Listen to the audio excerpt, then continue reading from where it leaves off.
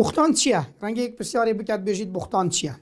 خود چونکو پیغمبر گود و قذف المحسنات الغافلات المؤمنات.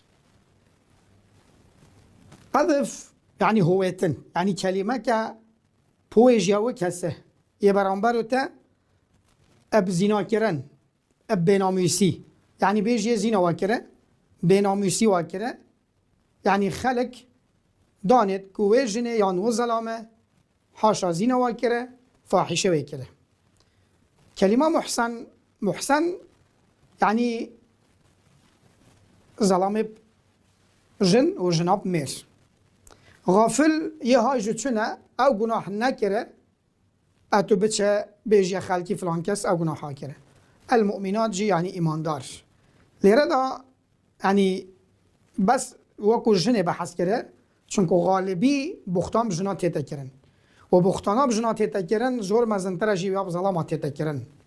اجا هر کسی برانبر و کسی که بسلمان بختان بکت اب راستیش گناحت مزنه و معنا ويجي وتعريف ويجي أو يعني رمي المرأة بالزنا أو ما كان في معناه، يعني رمي الرجل بالزنا أو ما كان في معناه.